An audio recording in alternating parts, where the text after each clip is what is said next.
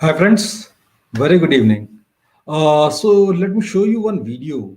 In fact, before that, let me wish you all a very happy Navratri, very Shubh Navratri, and let me share my one video for you.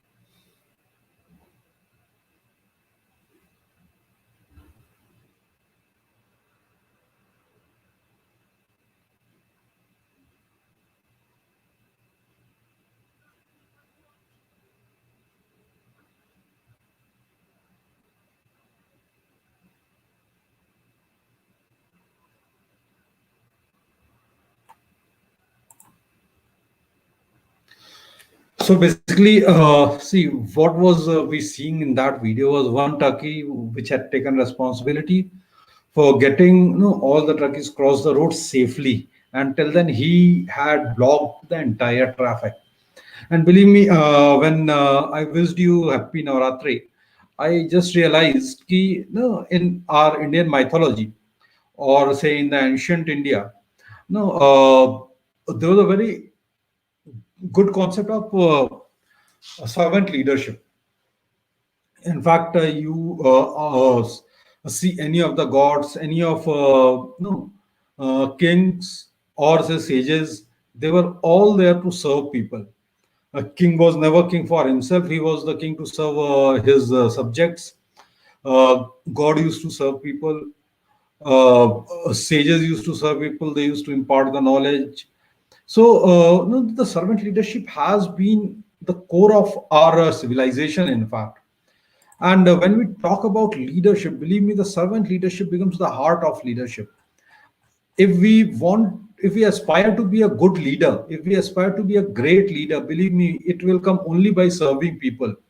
We must give the entitled mindset. We as a leader are not entitled. We as a leader are there to serve the people. Leadership is all about serving people, impacting their life, doing value add in their life. And from leadership position, we should understand that leadership is always an inverted pyramid where the leader is at the bottom and people are at the top. Hence, a leader has to put the concerns of the benefits of the people above him, and he has to love them unconditionally. Otherwise, you cannot be a serving leader. And if you are not a serving leader, you are losing the heart of leadership. So, and believe me, if you are finding it difficult to implement the servant leadership, it only comprises of two things. One is the matter of will, and second is the change in attitude. One should never rely on his position to lead others. We should never be a positional leader, because the moment we become positional leader, we will not be a serving leader. We will be authoritative leader, and then our leadership days would be numbered as such. The second is you should always believe in people and their potential. You should never see the people where they are as of now. As a leader, it is important for you to see where people can go, and you have to strive to take people there. That is, as a leader, is our job. The third is we should learn to see the things from others perspective. We should, as a leader, our a very important thing is people should connect to us. How can we create that connection? How can we make people open to us?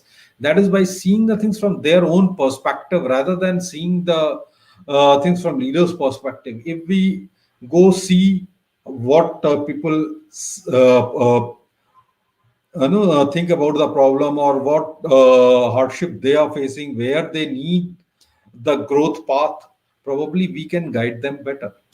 Then we should always create an environment which encourages others. It should not happen we should basically no we should create a power center. That is not good. So we should create an environment where people are open to speak, where people are open to express their views.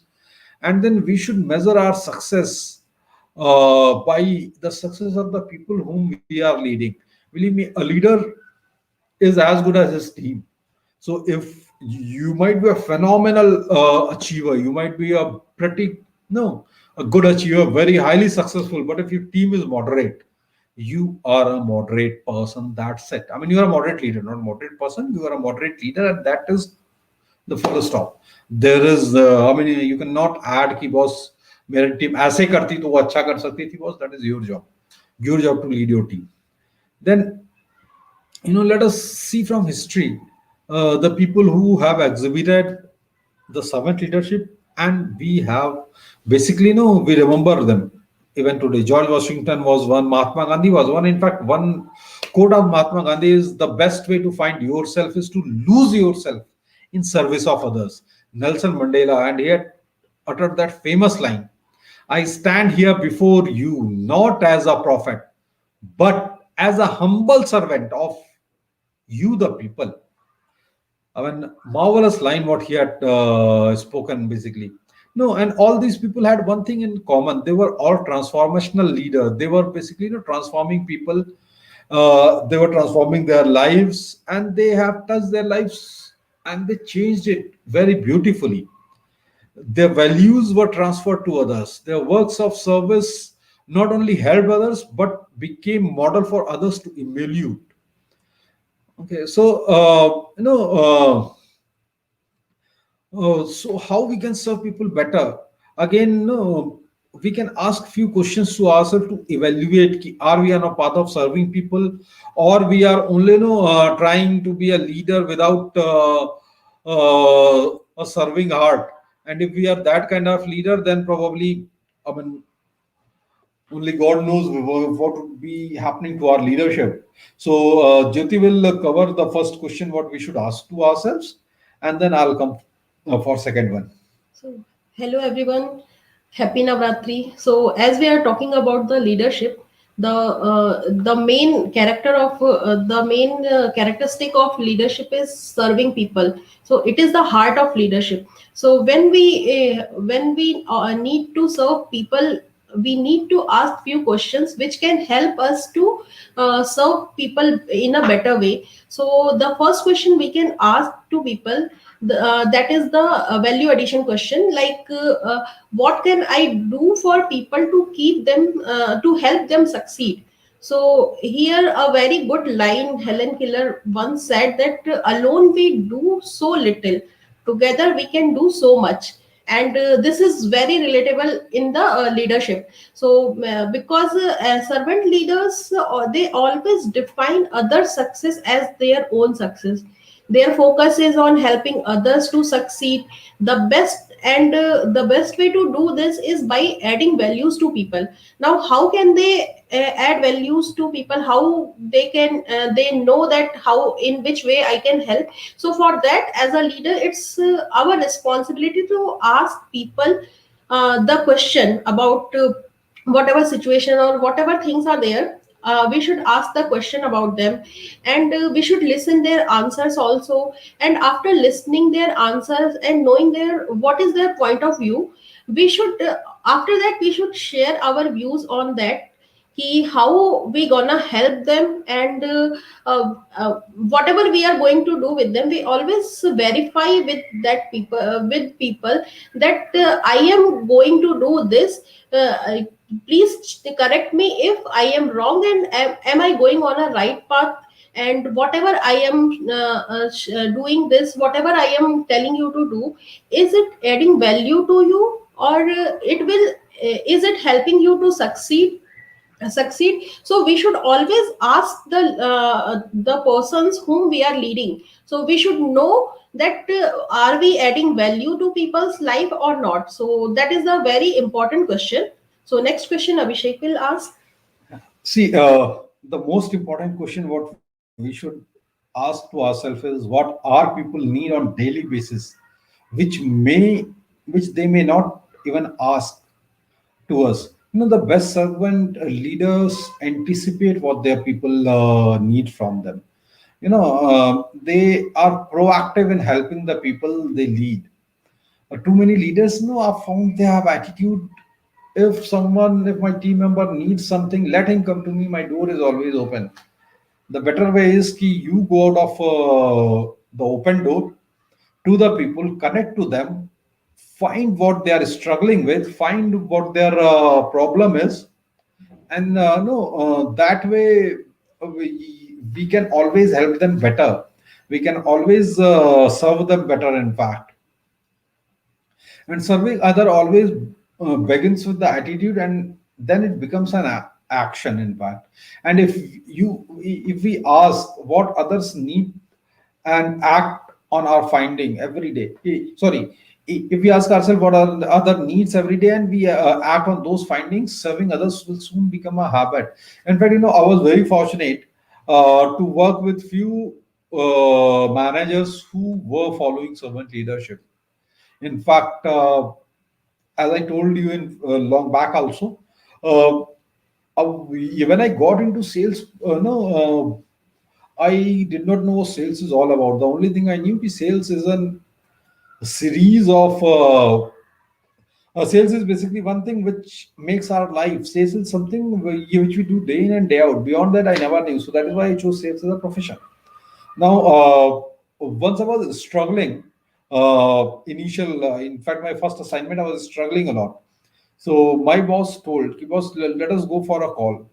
And we went in fact, I was struggling in the Soho segment. So I took him into a call, which was a good account at that time for us. And the way he established the relationship, the way he gave the confidence to the customer, how we can serve the customer better. Believe me, that was the way which opened my eyes on how to interact, what to say.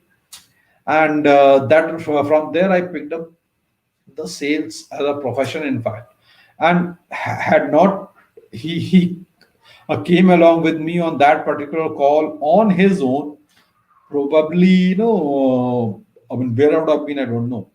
So I was pretty fortunate that I've got such kind of leaders in different phases of my career as such. So no, because those kind of things help your people to a great deal. If they don't have to ask them, because every time they cannot come and ask, it is you who need to connect with them and then find out what their problem is and provide a solution to them. I mean, though there is a difference, I mean, I never said go and give unsolicited advice. But when it is your own team member, when you are leading them and there is a relationship of trust, obviously we should follow this. I mean, we should not go and give advice to any Tom, Dick, and Harry whom we don't know, whom we don't lead, where the trust relationship is not there. So that was a word of caution. So the next question will be covered by Yuti. So the next important question which we should ask to ourselves is, what can I work on that will help me to serve people better? So as we all know that servant leadership is all about the person we serve. So we must value what is valuable to them, like whatever thing is related to them, what is important for them, we should focus on that, and we should be a pro in that. Then only we can lead them. And we must get better in that areas that are important to the ones we serve. So for that, what we can do, for that we have to bring out the best in other, whatever we do, like we have to bring the, before we can bring out the best in others, first that thing we have to bring out the best in ourselves only. So we cannot give whatever what we don't have. Suppose if I am not good in painting or drawing or anything, I cannot teach that. So if we want to become a good leader, we have to be a leadership quality, then only I can teach others to develop as a leader. So nobody can do like that ki whatever they don't have they can give to others. So for that they have to become a better person, they have to become better. When and in this process, when we become better in something, we gain our self respect, and each step of improvement, it make us feel good and proud about ourselves. And as a servant leader, when we improve in ourselves in the areas that are important to the people whom we are leading. They it not only help us to get better, but it also help us to make the other person become a better person. And when the other person whom we are serving become a better in that thing, it the compounds it compounded the hours and their effectiveness, and it is very good for the a leader and for their organization personally and on an organization level. So we should always remember that we have to become better in that areas where our people are where our people whatever is valuable for our people.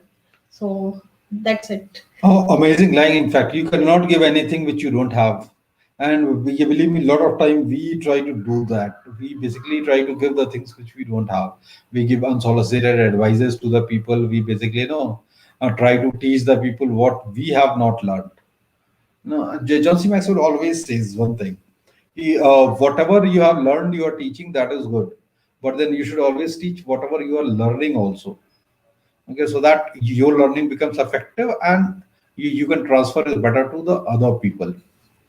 So, no, the fourth question which we should ask, or the fourth question for a leader to be more effective is how do, as a leader, we evaluate our effectiveness? How do we evaluate the effectiveness of our leadership? How will I know that I'm serving the people well? You know, if as a leader we need to give us a report card, how will you find it? See, we can find it by asking two major questions, and in fact, no, asking question are the best answers. In fact, a lot of time. So the first question we should ask is, do we know what our people's expectations are from us? What do they expect from us? And have we shared what do we expect from them very clearly? If there is a, uh hazy thing in between, believe me, you will not be able to serve the people better. Because to serve people better, we need to know what their expectations are. We know what our expectations are from the people, but we need to understand what their expectations are from us. And at the same time, we must make it crystal clear what our expectations are from the people also, so that it becomes a two-way communication. It is a trust-based relationship. Without trust, your leadership will never last anyway. So if it is a trust-based relationship, you can easily communicate both the things. The second is, are we asking our people the question so that they can tell what we are doing well and where we should improve or where we could improve? We should give that freedom to our people. I mean, it should not happen that we are creating a power center and only I can set the expectation. That is wrong. Let the people from other side also set the expectation. And if we listen to, their answers, maybe negative, maybe positive, and then we improve on that, believe me, as a leader, you will be a fantastic leader, where you have a communication, where you know what you are expecting from your people know what you are expecting from them, and then they are open to give you the feedback. Yeah, because I mean, that is the best feedback you are getting from the horse's mouth. So that was all for the day. Tomorrow we'll be covering the remaining four questions, and again, wishing you all a very happy Navratri, and understand how servant leadership has imbibed in our society. See, apart from king, apart from gods, Bharat में जो समाज का आधार होता है वो कुटुंब होता है, परिवार होता है। और भारत में ना संयुक्त परिवार की परंपरा रही है। संयुक्त परिवार कैसे चलता था? जो परिवार का मुखिया होता था, वो दूसरों के आवश्यकताओं का ध्यान रखता था, वो उनकी आवश्यकताओं की पूर्ति के लिए काम करता था। इसी तरह हर किसी का अपना अपना काम था। माता का काम था बच्चों की परवरिश करना, खाना बनाना, जो मुखिया होता था उसका काम था धन अर्जित करना, लोगों की नो इच्छाओं की पूर्ति करना। सो इसलिए वो परिवार एक संयुक्त परिवार के रूप में रहता था। और यहाँ पे सर्वेंट लीडरशिप, इससे बड़ा एग्जांपल सर्वेंट लीडरशिप का कुछ भी नहीं हो सकता है। एंड इनफैक्ट इवन टुडे अगर हमें देखना है सर्वेंट लीडरशिप का best example, see your mother in your family. That is an amazing example of servant leadership. You cannot find a better example of a servant leadership other than the mother in the family. So with that, we are taking. I mean, we are leaving for the day. We will again meet you tomorrow at 8:30 with the remaining 4 points, and probably we are adding some value to you. And I'll request you all, either you can share some comment or some story from your life where you have seen people exhibiting servant leadership, or you have seen people, or somewhere where you have exhibited servant leadership. You can write down in the comment, or you can email me in your story at the rate beyourownlight.in, or contact us at the rate beyourownlight.in. Either way, your story might inspire a lot of people. You can be a source of inspiration to a lot of people. Believe me, you never know how many people you can influence. So do share your story. And with that, thanks a lot. And again, a happy Navratri to all of you. Thank you for watching us. Thank you.